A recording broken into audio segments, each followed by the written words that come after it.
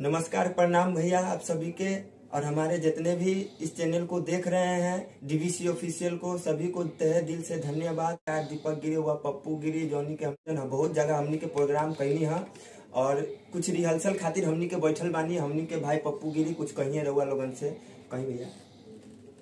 प्रणाम नमस्कार सब लोगन के, जय भी देख वाली हमर श्रोता भाई सबके गोर छू के इसी से प्रणाम बा। कहे के बा है भैया कि रहुरे से के आशीर्वाद से सब कलाकार ऊपर होला। जैसे सब कलाकार का आशीर्वाद देनी प्यार देनी, वैसे हम दोनों भाई की आशीर्वाद प्यार दी और हम कोशिश करब कि हम से आगे रौरा के आशीर्वाद से ऊपर बढ़ी, ताकि हम सब भी कुछ गाई बजाई।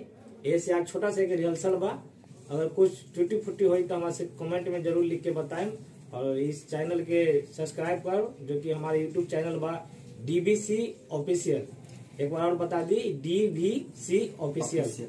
वही जाए लॉग इन करब, सब्सक्राइब करब, सब वीडियो हमारे